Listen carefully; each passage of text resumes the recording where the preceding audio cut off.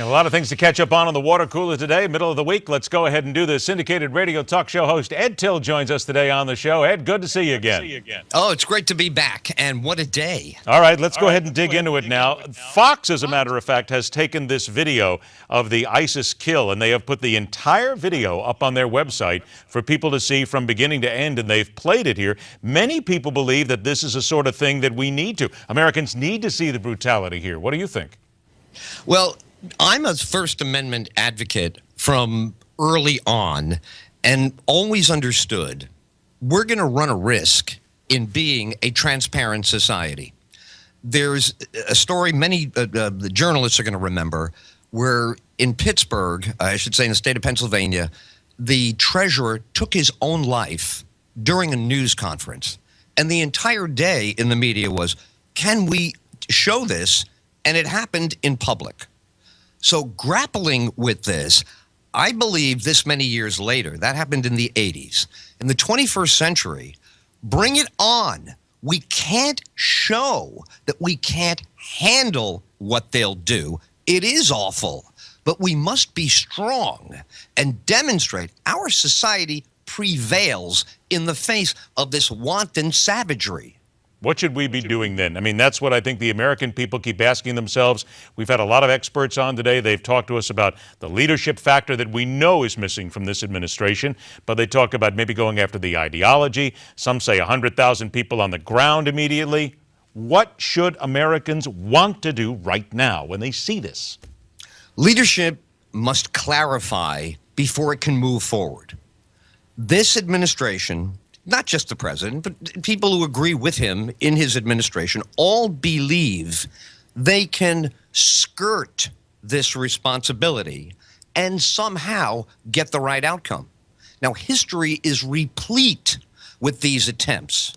But what I think the American people are clamoring for is the clarity of this is who is after us. This is what they believe. Are they wrong? Are they living in the past? Clarify and then say, having said this, we will spare no resource until it's done.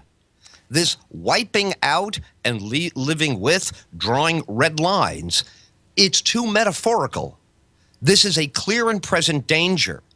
People want to understand what he knows as commander-in-chief, and they want to be able to feel the actions protect them. That's missing. All right, Ed, I got about 90 seconds left here. Quickly, on the measles anti-vaccine campaign that's out there right now, many people say they simply won't do it. Doctors now in California say they may not allow people who haven't been vaccinated into their offices. Matter of fact, a baby who's too young to get the measles vaccine has already been infected by somebody in a doctor's office. What do you think? I think that in 1968, they came up with this vaccine because I had already had the measles. I remember as a 12-year-old going, hey, I missed the vaccine. Then I remember in the news, measles do not exist in the United States.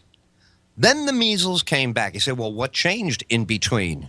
Well, American lifestyle, American structure, the things that used to keep us, you sell more hand sanitizer today than ever before. How many times do you get the kids to sing happy birthday while they wash their hands? So this kind of loosening of structure, enter, well, geez, I don't even know if you can trust these vaccines. And that question let the measles back in. Now it's our job to do what we did in 1968 and get rid of them. Boy, it really, both topics really do connect. Identify your goal and then achieve it. 20 seconds. Should we hold these people who don't get their children vaccinated to some sort of legal recourse? You're going to run into what happened in Maine with the Ebola. Public health cannot fill the entire gap of personal responsibility. There must be answering. I don't think jail, but I think modern quarantine is what a community deserves. Protection. Hopefully we can get there before somebody dies. That would be the horrendous thing about it. Ed Tyll, good to see you again, my friend. We'll look forward to talking to you again real soon. Always a pleasure. Thank you for joining us. Take care. Hey, the first name is Ed. You know, that's got to be perfect right there. Hey, call me crazy, but politically incoherent next. We already may have the crazy gold medal winner for this year. It's coming up right after this.